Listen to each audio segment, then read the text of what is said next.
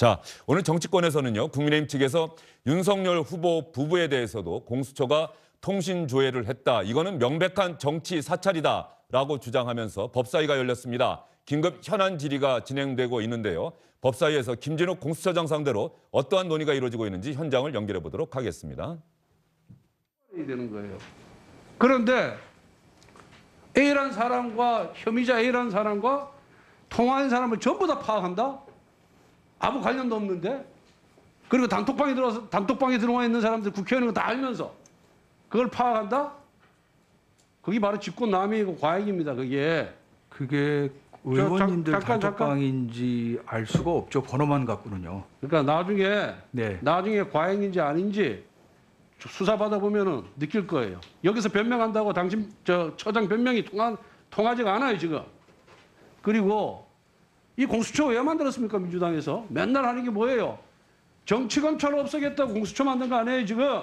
근데 야당 후보 부인, 야당 국회의원, 그리고 공수처에 대해서 비판 보도를 한 언론, 무차별적인 지금 사찰을 한 거 아닙니까 이게 정치검찰이 아니고 뭐예요? 정치공수처예요.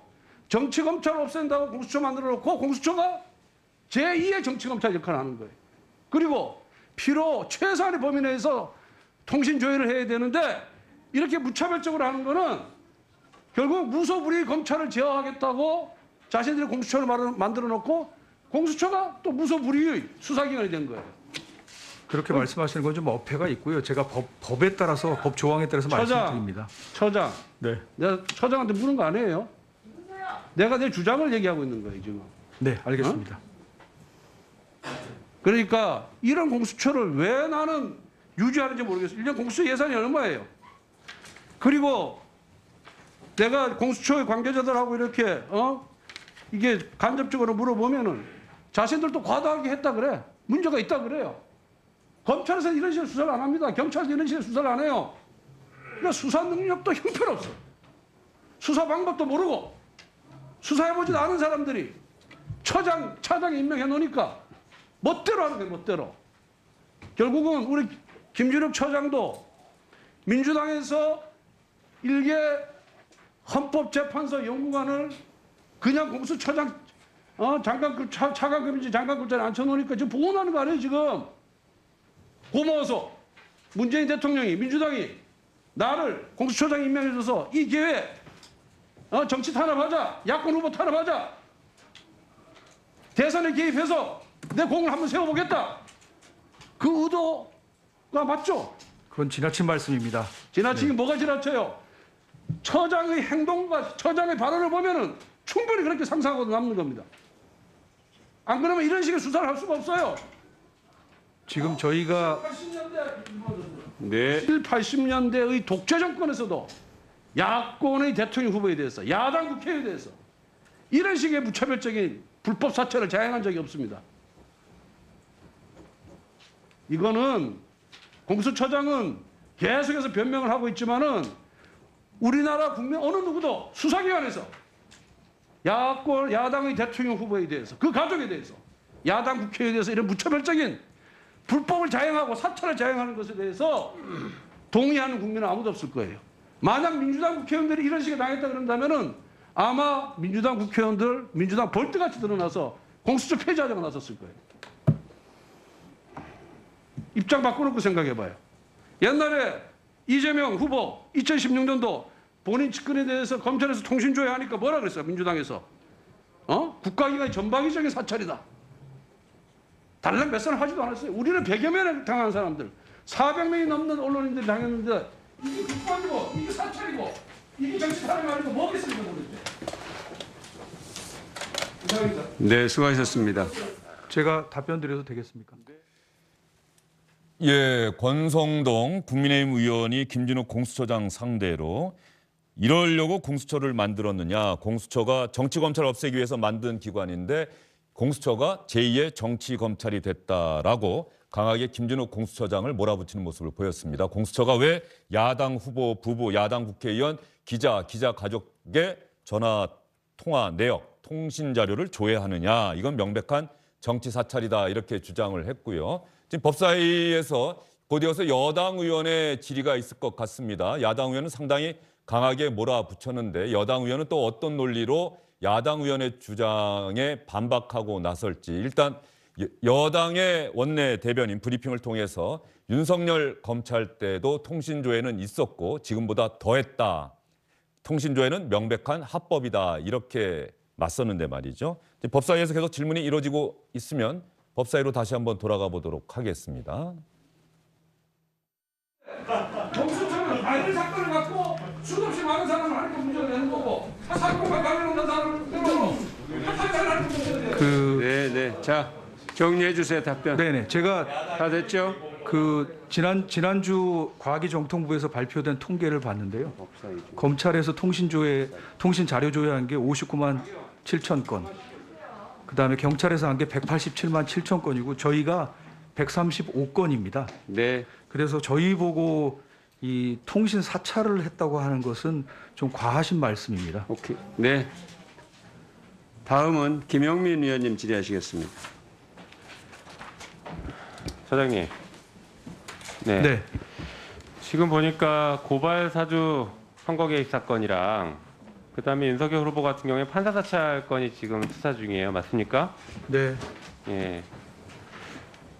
그리고 지금 계속 그 통신 자료를 본 것이 이제 사찰이냐 아니냐 이런 논란이 있는데 국민들께 좀 명확하게 설명을 해주셔야 될 것 같아요. 자, 국민들 생각하실 때는 이럴 것 같습니다. 휴대폰을 이미 압수했는데 휴대폰 보면은 거기 누구랑 통화한지 다 나올 건데 왜 통신사에 그 번호를 주면서 누구냐라는 것을 통신자를 왜 받았냐 이게 궁금하실 수 있거든요. 그러니까 사찰처럼 보이는 것 같거든요. 자, 어떤 절차를 거쳐서 이렇게 전화번호를 요청했는지, 그러니까 통신 자료를 요청했는지를 좀 간단히 설명해 주세요. 예, 간단히 말씀드리겠습니다. 피의자나 핵심 사건 관계인에 대해서 소위 이제 통신영장, 그러니까 통신 사실 확인 자료를 통화 내역을 법원에서 받아보신 거죠, 먼저? 허가를 받아서 통화 내역을 먼저 봤습니다. 예를 들어서요, 네. 이런 식으로 이제 어떤 A라는 분이 제가 이거 지웠습니다만 네. 여러 상대방하고 이제 통화를 한 기록이 나오는데요. 네. 그러면 이제 번호만 나옵니다. 010-2233-4455. 네. 그러면 수사기관 입장에서는 이 사건과의 연관성을 따지기 위해서는 누구랑 통화를 했는지를 파악해야 되지 않습니까? 1차적으로요. 그렇죠. 그래서 누구랑 통화했는지를 파악하기 위해서는 이동통신 3사 그리고 이제 알뜰폰 이런 데까지 이 번호들을 보냅니다. 네. 전기통신사업법 83조 3항에 의해서 네. 확인해 달라고 보내면 이분들이 전기통신사업법 83조 3항에 따라서 딱 제한된 거 5가지 정도만 보내줍니다. 이름, 주소, 주민등록번호, 전화번호, 가입일. 그러면 이 정보를 갖고 수사기관 입장에서는 사실은 이름이 특이하신 분들은 바로 식별이 되지만 이름이 동명이인일 수도 있고요. 그다음에 이분이 기자인지 아닌지는 더더욱 알 수도 없고요. 직업은 통신사에서 조회하지도 가입할 때 받지도 않습니다. 네.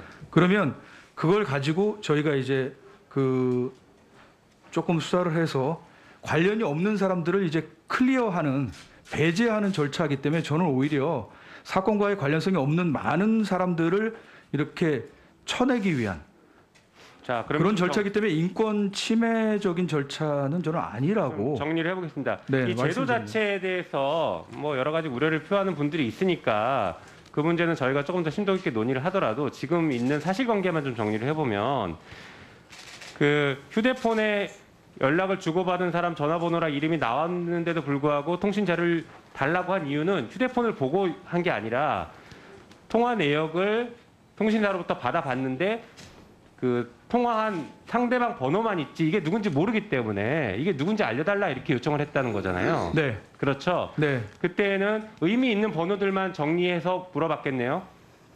아무나 다 하진 않았을 거 아니에요. 100명 통화했으면 100명을 다 합니까? 그러니까 그거는 뭐 여러 가지 사건에서 의미 있는 예를 들어서 중요한 순간에 그 전으로 통화한 사람 중심으로 하거나 아니면 자주 통화했거나 예, 이런 예. 의미 있는 것들만 뭐 여러 추려서 가지 그 물어보는 부분에 거죠. 대해서는 먼저. 실무상으로 여러 가지 방법이 있는 예. 것 같습니다. 툴도 있고요. 자, 그래서 네. 모두를 요청하는 건 아니고 그렇게 넓혀가는 방식인 거죠. 예, 그래서 어쨌든 네. 수사기관으로서는 수사의 단서를 찾는 과정입니다. 그렇죠. 이 가입자 자, 정보 일단 조회하는 그렇게 게요. 보겠습니다. 그런데 보면은 이제 방금 말씀하신 자료, 통신 자료를 받은 것은 그 받은 사람, 예를 들어서 지금 윤석열 후보 걸 받았다라고 하고 김건희 씨 걸 받았다고 하는데 그 사람이 누구랑 언제 통화했는지 통화 내역을 받은 게 아니라 아닙니다. 그 번호가 윤석열 후보 거다. 이 정도만 받았다는 거죠. 그런 정보만. 그러니까 이제 저희가 피의자나 핵심 관계자와 통화한 상대방으로 이제 나오니까. 네, 네, 번호가 알겠습니다. 나왔는데 그 번호가 이제 마침 그 후보자님 번호였던 거죠. 네. 뭐 그런 경우도 있고요. 예, 그리고 그다음에 또 입건 단계에서 이렇게 판사 사찰 같은 경우에는 윤석열 가입자 후보가 조회를 한 경우도 피의자이니까 있습니다. 예, 예. 피의자로 또 조회를 했겠죠. 자, 이게 보니까는 윤석열 후보가 검찰총장 시절에 282만 건을 했다는 보도가 있습니다. 보셨어요? 네, 봤습니다. 네, 거기에 대해서는 어떻게 생각하십니까? 그 제가 기억한 통계 보면은 작년에 2022년도에 검찰 경찰에서 통신자료 조회, 통신자료 제공 요청한 것이 550만 건입니다. 그 중에 검찰이 184만 건입니다. 그리고 지금 말씀하신 그 282만 6천 건은 2019년 하반기부터 검찰총장 재직 작년까지 해서 1년 당시 6개월 동안 282만 6천 건으로 알고 있습니다. 알겠습니다. 그 통신 자료 제공이 적정하냐, 너무 많냐, 적냐 이거에 대해서는 아까 말씀드린 대로 제도적인 고민이 좀 필요한 것 같습니다. 다만 지금 이렇게 한 이유에 대해서는 설명을 해주신 것 같아요. 이제 조금 납득이 되는 부분이 있는 것 같습니다. 자, 그렇다면 PPT 보시죠. 진짜 중요한 건 이겁니다. 판사 사찰이 문제 아닙니까? 검사가 판사 사찰한 게 더 문제 아닙니까? 처장님, 이거 예. 지금 수사하고 계세요? 예, 저희가 자, 수사 다음 중입니다. 보여주시죠. 예. 자, 원고의 청구를 기각한다. 이거 보셨죠? 윤석열 후보의 징계처분 취소 청구 소송에서 원고가 패소했어요. 네. 다음 보여주시죠. 여기 이렇게 나옵니다. 법령 준수 의무, 검찰청 공무원 행동 강령 위반, 징계 사유에 해당한다. 이렇게 판결했죠. 그 다음 보여주시죠. 판결문에 아예 이렇게 나옵니다. 원고도 공수처의 통신 조회, 이것이 정치 사찰이라는 국민의힘, 공수처의 당연한 권한 행사다, 합법적인 일이다라고 하는 민주당의 김용민 의원은 김진욱 공수처장에게 충분히 답변할 기회를 주는 모습을 보였는데요. 김진욱 처장이 이런 얘기를 했네요. 정보통신 쪽 통계를 보면 검찰이 59만 7천 건을 통신 조회를 했고 경찰이 187만 7천 건 했고 공수처는 135건에 불과합니다. 이게 무슨 정치 사찰입니까? 라고 이야기를 했는데 이 통신조회, 공수처의 통신조회 공교롭게 지금 현재 뭐 이재명 후보나 민주당 의원 얘기는 아직 나오질 않고 야당 후보와 야당 의원 또 이성윤 서울고검장 관련한 기사를 쓴 기자와 기자의 가족까지 조회를 했다라고 하니 언론 자유를 침해하는 것 아니냐, 야당에서는 정치 사찰 아니냐 지금 이런 주장을 하고 있어요. 예, 충분히 그런 질문을 던질 수가 있습니다. 그런데 우리 국민들께서 조금 오해하실 만한 부분이 있고 또 이게 무슨 이야기인지 좀 복잡해서 잘 모르는 부분이 있어서 이 부분 간단하게 제가 좀 설명을 드리자면 예, 간단하게. 예, 이게 전기통신사업법 83조 3항입니다. 이 83조 3항에 어떻게 나와 있냐면 수사기관이 통신사의 가입자의 개인정보를 요청을 하고 영장 없이 요청을 해서 그 가입자의 개인정보를 수집할 수 있도록 전기통신사업법 83조 3항에 명시가 되어 있습니다.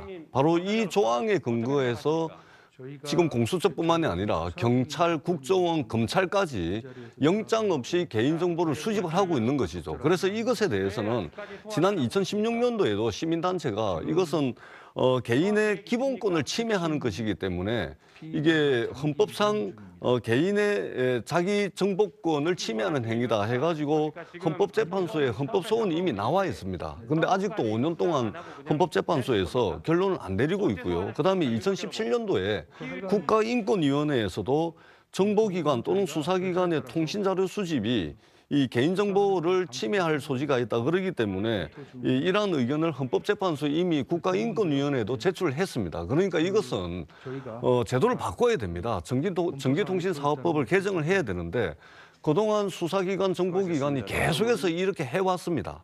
그러기 때문에 마치 문재인 정부에서 윤석열 후보 개인을 또는 국민의힘 의원을 사찰하고 무슨 뭐 이렇게 탄압을 하기 위해서 한 것이 아니고 이전부터 말하자면 수사기관의 수사기법이라든지 저인망식 수사기법이라든지 이런 문제와 관련해 가지고 계속해서 제도 개선을 요구해왔던 내용들입니다. 그리고 국회에서도 20대 국회 때도 이 전기통신사업법을 개정하기 위해서 법안을 발의를 했었는데 20대 국회 임기가 종료되면서 이 법이 이제 폐기가 됐습니다. 21대 국회에도 제출이 돼 있습니다. 그렇기 때문에 이것은 제도적으로 보완을 해야 되는 것이고 다만 아쉬운 것은 윤석열 후보가 너무 내용을 잘 압니다. 네. 너무나 잘 알죠. 왜냐하면 자기도 검사를 했고 검찰총장을 했기 때문에 근데 자기가 검사로서 또는 검찰총장으로 있을 때 한 것은 수사고 그리고 지금 공수처가 이 법에 근거해 가지고 문제가 있는 법이긴 하지만 법에 근거해 가지고 한 것은 사찰이다 이렇게 해버리면 이게 또 내로남불 논란에 들어갈 수가 있습니다. 그래서 윤석열 검찰총장이 1년 6개월 동안 검찰총장을 하면서 무려 282만 6천 건에 달하는 통신 자료를 조회했다 이 말씀을 드리고 2020년 기준으로 하자면 무려 550만 건에 달하는 이 통신 자료를 조회를 한 겁니다. 그다음에 통신 자료하고 통화 내역은 또 틀립니다. 통신 자료는 이 전기통신사업법 83조 3항에 의해 가지고 영장 없이 법원의 영장 없이 통신사의 수사기관이 요청하면 받을 수 있는 겁니다. 그런데 어떤 장소에서 몇 분 동안 어떤 문자 메시지를 누구와 통화를 했는지 이거는 이제 통화 내역이거든요. 이 통화 내역은 반드시 영장이 있어야 됩니다. 그러니까 지금 문제가 되고 있는 것은 영장이 반드시 있어야 되는 통화 내역에 대한 자료가 아니고 영장 없이도 수사기관이 통신사에 요청해서 받을 수 있는 통신 자료라는 말씀을 이 자리에서 드리도록 하겠습니다. 예. 저도 좀 그럼에도 말씀을- 불구하고 예. 그럼에도 불구하고 아 그렇습니다. 예. 그럼에도 바꿔야 불구하고, 됩니다. 예. 바꿔야 됩니다. 말씀드릴게요. 그 잘못된 제도다 말씀하고 계신데 잘못된 제도입니다. 그래서 국회에서도 이제 저 법을 개정해야 된다라는 공감대가 있었지만은 아직도 이제 문정부 들어와 가지고 또 21대 국회에서 지금 고치지 않고 있는데 제가 좀 의아스러운 건 그겁니다. 사실 지금 국회의원이 벌써 됐죠. 김의겸 의원이죠. 네. 문재인 그 청와대에서 대변인을 했던 김의겸 의원은 문재인 정부 사람들은 사찰의 DNA가 없다 이런 얘기를 만천하에 성명서 대변인 성명서까지 발표를 하고 그랬는데 그게 전혀 사실이 아니다라는 게 일단 드러났습니다. 그리고 다른 기관도 아니고 물론 기존의 검찰이나 경찰에서 통신조회한 거 이런 게 잘못된 부분이 많이 있었죠. 그래서 이제 우리가 이 법안은 고쳐야 된다, 위헌이다 이런 이제 입장인데 공수처는 또 어떻게 해가지고 만들어진 기관입니까? 사실 검찰의 잘못된 그런 그 수사 관행, 악습 이런 것을 고치기 위해서 민주당 의원들이 앞장서 가지고 굉장히 입법 무리를 해가지고 만든 것이 공수처 아닙니까? 그런 공수처가 저는 정말 묻고 싶어요. 지금 여당 의원들에 대해서 통신조회했다는 얘기는 지금 하나도 안 나오고 있지 않습니까? 그러니까 완전히 대선을 앞두고 윤석열 후보 부인, 윤석열 후보의 여동생까지 또 일반 기자들까지 언론인들까지 일반인들까지 이렇게 통신 조회를 했다는 것은 아까 김영민 의원은 민주당 의원은 사찰같이 보이지만은 사찰이 아니다라는 얘기를 아까 하더군요. 정말 그것은 가관입니다. 사찰이죠. 특정인을 수사한다고 하더라도 그 특정인과 통화를 했던 그 상대자들의 모든 내용들이 다 조회가 되는 겁니다. 네. 주소와 주민등록번호 이런 것까지 다 조회가 되는 거예요. 그 사람들은 무슨 죄입니까? 저는 공수처가 이런 그 구악의 수사 관행을 또 반복해서는 안 된다고 봅니다. 그래서 지금 벌써 공수처는 아까 권성동 의원도 얘기했지만은 여러 가지 수사 능력이 안 됨에도 불구하고 무리한 수사를 하고 기소를 하고 무슨 구속영장을 신청을 했는데도 그게 번번이 받아들여지지 않고 말이죠. 이런 공수처에 정말 수사 능력이 안 된다는 것을 계속 보여왔어요. 그런데 이번에 사찰 문제까지 나온 겁니다. 그래서 저는 공수처는 간판을 내려야 된다 생각합니다. 알겠습니다. 짧게 한 말씀만 드리겠습니다. 예, 예. 왜 아까 윤석열 아까 하셨는데 권성동 의원이 잠깐 얘기했는데 이재명 후보가 2016년에 검찰이 통신 조회했다고 해서 예. 이건 명백한 사찰이다라고 주장했다는 것. 이걸 들으면서 사실은 여당과 야당이 태도가 입장이 바뀌어 버리면 예. 그래서 제가 한 말씀 드리겠습니다. 이거 청산해야 될 관행입니다. 반드시 법을 개정해서 법원의 통제를 받게끔 해야 되고요. 그다음에 지금 왜 민주당 의원은 하나도 안 나오고 국민의힘 의원과 윤석열 후보 나오냐 그러는데 공수처의 수사 대상이 지금 피의자로 지금 국민의힘 의원 두 분이 피의자로 돼 있습니다. 그리고 이분들이 통화한 상대방을 찾다 보니까 그렇게 된 것이고 특히 윤석열 후보와 관련해서는 고발 사주 의혹이 지금 수사 중이고요. 그다음에 판사 사찰 수사 중입니다. 그렇기 때문에 윤석열 후보가 나오는 것이지 아무 이유도 없이 그냥 그 통신 자료를 조회한다. 그것은 아닙니다. 그다음에 그 김영우 의원님께서 우리 국민들께서 듣기에 통화 내역으로 오해하실 수가 있습니다. 그런데 통화 내역이 아니고요. 통신 자료입니다. 이것은 영장 없이 가능한 것이다. 그게 그 전화번호가 그 전화번호의 주인, 주소, 주민번호 그 사람이 등록. 누군지만 나오는 거예요. 그런 것도 굉장한 그 프라이버시죠. 알겠습니다. 자, 그러면 그것을 아무것도 아닌 거라고 생각한다면 그것은 굉장한 인권 침해입니다. 청산해야 될 관행입니다. 예. 그러면 이 문제에 대해서 오늘 이재명 민주당 후보, 윤석열 국민의힘 후보가 모두 한 이야기가 있습니다. 먼저 이재명 후보가 공수처의 통신 조회가 정치 사찰이라는 국민의힘의 주장에 대해서 어떤 얘기했는지 한번 들어보겠습니다. 저는 사실 평소에 그 예금 조회, 그러니까 이 거래 내역 조회를 뭐 수시로 지금도 한 이만큼 받아놓고 있습니다. 워낙 많이 당하는 일이고, 그리고 아마 통신 자료 조회는 아마 수사에 있어서 매우 중요한 기초 자료라서 공수처도 한 것으로 보이는데, 글쎄 그거를 법령에 의한 행위를 사찰이라고 할 수는 없을 것 같고요. 윤석열 검찰도 뭐 수십만 건을 했지만 그걸 누구도 사찰이라고 하지는 않죠. 다만 이제 지나친 것에 대해서는 우리가 경계하긴 해야 될 겁니다. 수사를 위해서 정말로 필요한 경우에 그런 경우로 한정하는 게 필요하지 않을까 그렇게 생각합니다. 제가 중앙지검장 때요, 어느 야당 의원의 보좌관 그 통신을 조회했다고 해가지고 난리가 난 적이 있었습니다. 의원 보좌관 한 사람을 가지고도요. 그리고 이 사람들은 유시민 씨에 대해서 뭐 무슨 계좌 거래 내역을 본 것도 아니고 그 뭡니까 계좌 거래 내역 중에 입금자가 누군지를 확인하는 과정에서 그거 나온 것 같고 거의 1년을 떠들었습니다. 안 그렇습니까? 그러니까 이거는 지금 확인된 거 제가 오늘 아침에 보니까 우리 국민의힘 의원들 100여 명이 참여하는 단톡방까지 다 털었더라고요. 그러니까 이거는 뭐 미친 짓이죠. 이거는 전부 선거 개입이라고 봐야 됩니다. 단순한 사찰의 문제가 아니고 이게 선거를 앞둔 그 즈음에 이런 식으로 했다는 거는 이거는 불법 선거 개입이고 부정선거를 지금 자행하고 있다는 얘기입니다.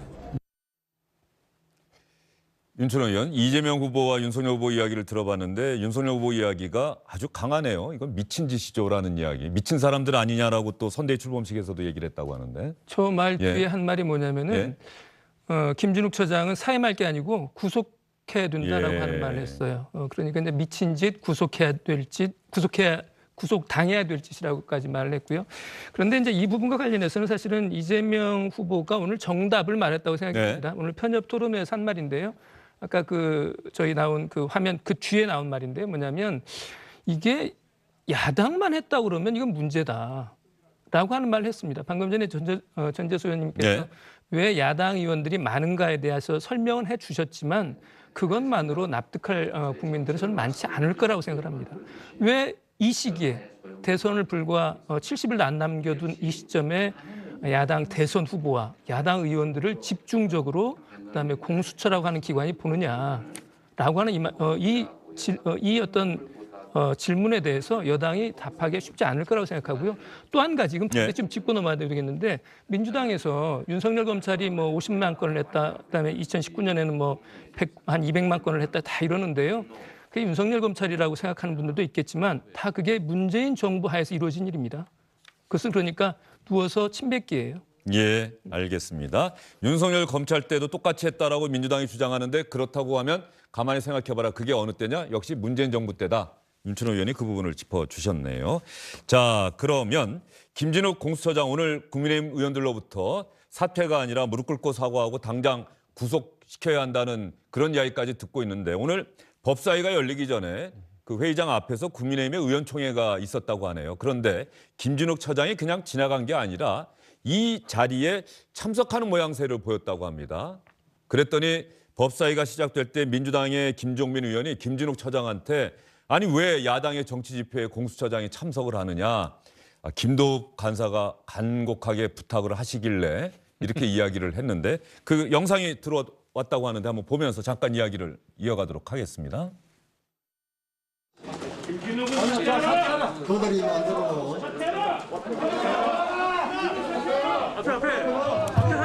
불법 사찰 자행하는 김진우광 사퇴하라. 사퇴하라. 불법 사찰 자행하는 김진우광 사퇴하라. 사퇴 이유가 없어요. 무릎 꿇고 국민 앞에 사죄하라고. 뭘 때문에 변명하지 마세요. 무릎 꿇고 사죄하라고. 제가 그냥 들어가겠습니다. 무릎 꿇고 사죄하라고.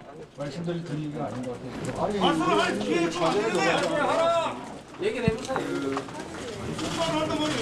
지금 오늘 이 자리는 제가 어제 4시 반에 출석하라고 통보를 받았습니다.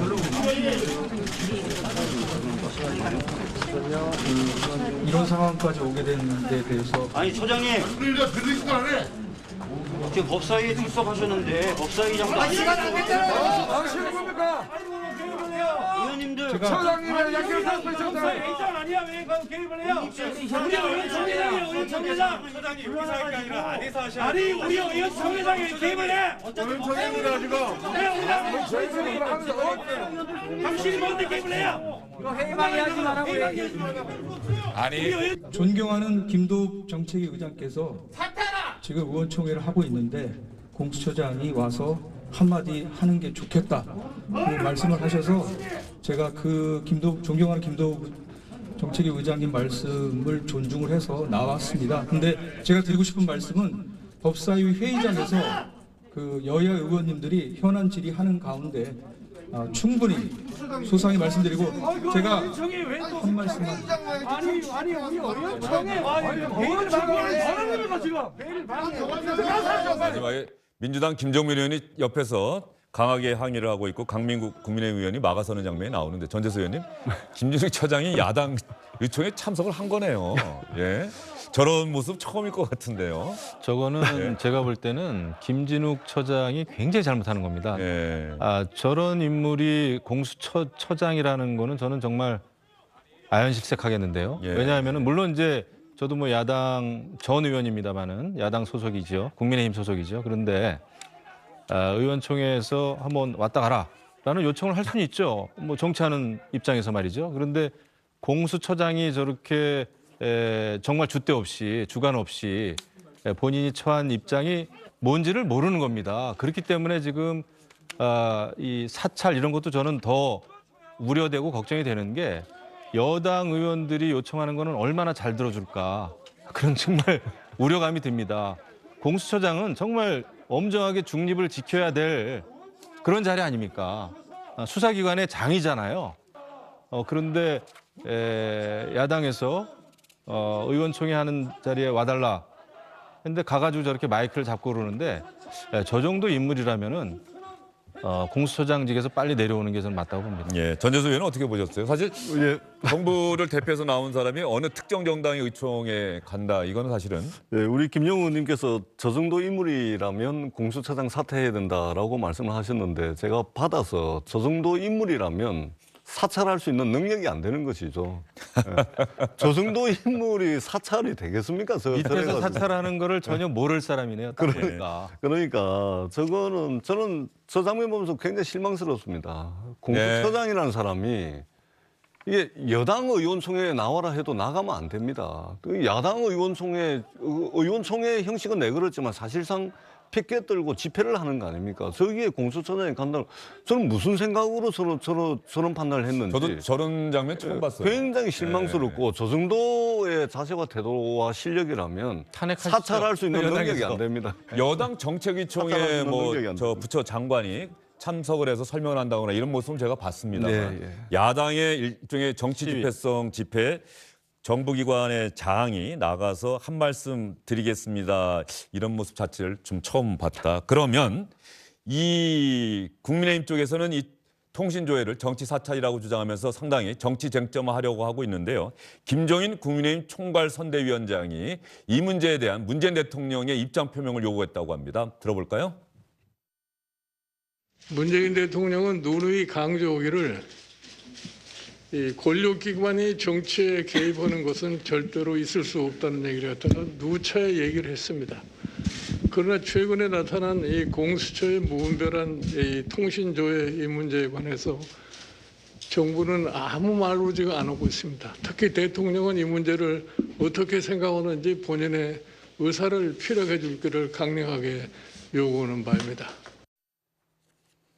네, 알겠습니다. 안녕하십니까, 주영진입니다. 더 많은 뉴스와 라이브 이벤트를 보고 싶으시다면 화면 오른쪽을 눌러서 구독해 주시기 바랍니다. 저희 SBS 앱을 다운로드 받으시면 뉴스 속보 알림도 받아보실 수 있습니다. 텔레비전으로도 SBS 뉴스, 유튜브로도 SBS 뉴스 잊지 마시기 바랍니다.